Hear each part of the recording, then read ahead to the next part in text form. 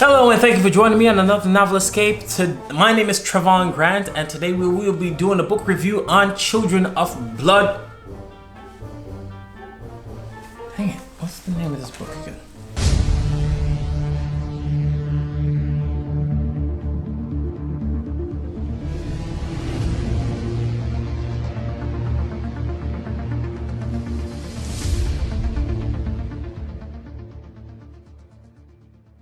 Children of Virtue and Vengeance. Children of Virtue and Vengeance. This is the second book in the... Is this a trilogy? But it's the second book from Tomi Adeyemi. Her first book being Children of Blood and Bone, or Bone and Blood. And so I guess it's a B and B and V and V situation. I don't know, whatever that. In the first book, we had Zaylee and Amari and her brother. I forget his name right now.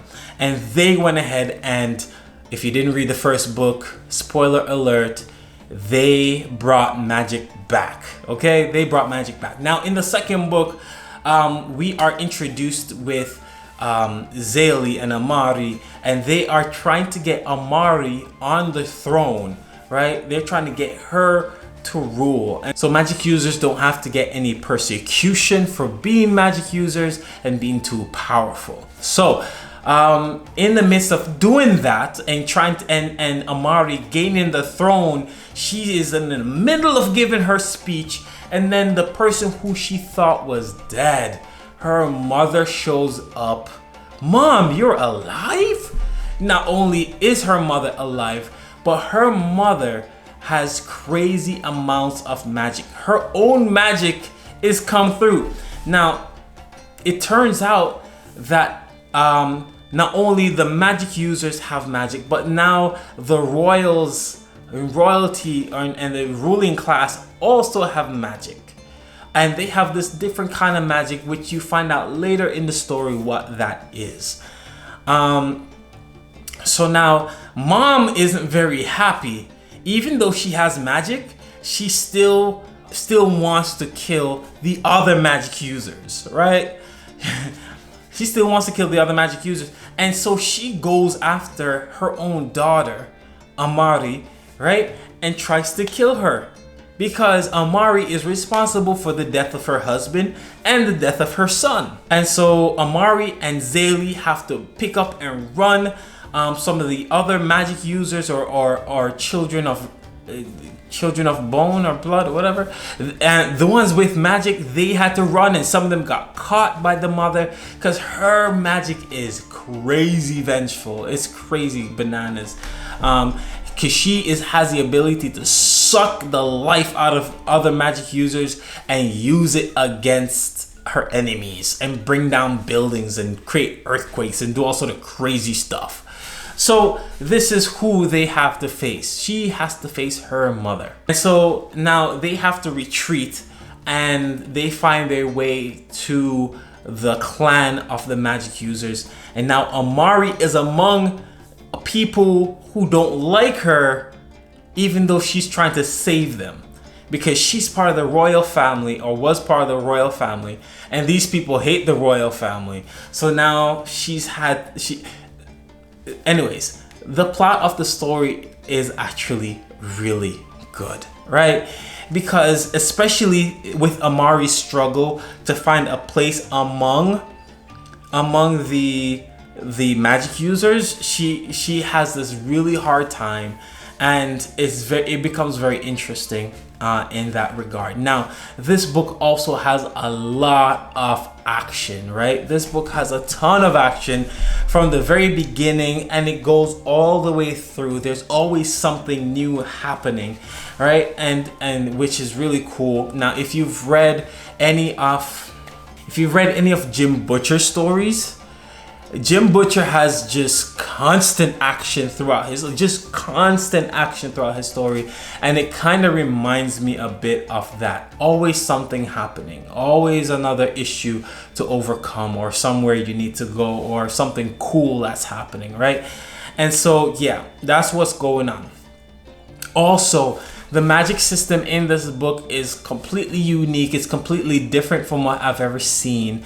And actually something that would normally be like magic that would normally be an enemy magic, something that an antagonist would use, is something that actually the one of the main heroes in this book, Zaylee, is using. She is able to sort of raise up ghouls from the dead, right? She's able to raise up these spirits to fight for her on her behalf. All right, and then there you have, of course, you have your standard magic. You have people who is able to call down fire from the sky. You have people who can do wind, people who are really good with earth. I feel like it's a really good a nod to the Airbender, the last Airbender, you know, where you have people who can tunnel through ground and who can fight with the earth and stuff like that. My problem with this book, I really wanted to really like this book because I liked the first one. And now I didn't do a review on this channel of the first one. You know, and if I think about it now, I would give the first one about like a 4.2 or 4.3 stars out of 5, right? So the first one was pretty good. But with this book, I got to about the 65%, 70% mark, and I got bored. And I know with everything that I just told you, I shouldn't be bored, right? With all the action and the great magic system and the character struggles, I shouldn't really get bored. But I did. I had kind of the same problem I had with Dragon Republic. I had the same problem where the characters in this book, though they were having struggles, they were so stubborn. They were so stubborn, and they wouldn't. There was very little change. So the character arc was more like this for like the first 80 to 85% of the book. Now I really wanted to like this book, so I pushed all the way through to the end, and it did get better at the end until the very ending. I don't know, these kind of endings, they're meant to shock you, but it just disappoints me. The ending disappointed me so much. Oh my gosh. I really wish she hadn't chosen that ending. And I don't want to spoil it. But I really wish she didn't choose that ending. I understand why she chose the ending. I really just wish she didn't choose it. I wish it just make it. Anyways, I don't want to say anything else about it because I'm gonna pop a gasket if I do. All right. So yeah, I didn't feel like the characters were learning. And then when I finally got to a point where I'm like, yes, they are learning, things are changing, they went back to their old ways. And the old ways of thinking. And I'm just like, what's going on? What's going on with this character arc? The character arc was so jagged that it threw me out of the story, and it made the story boring for me. Despite the cool stuff that was going on, it made this, and it was definitely what drew the story back from being a really, really good book, because I think it had the potential to be so good. Now, if there is a third book, which there might not be, and there might be, I don't know. I didn't see that there was a trilogy.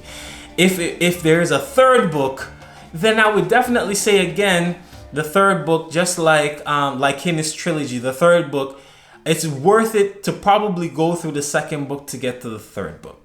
Because the third book is often trying to set up for what's going to happen later. All right? I really hope that's what it is. Because if not, dude. Anyways, so what am I going to give this book? I'm going to actually give this book a 3.8 out of 5 stars. A 3.8, and I really wanted to see the characters grow. I really wanted to see the characters change and become better or worse.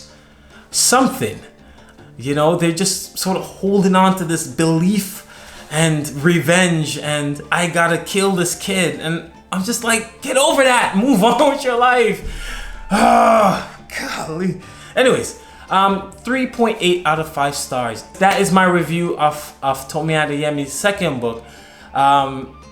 Please leave a comment if you have read this book, if you wanted to read this book. I say go ahead and read it. You know what I mean?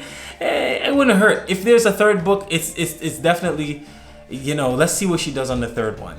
And but yeah, go ahead and read it, or you know, rent it from the library.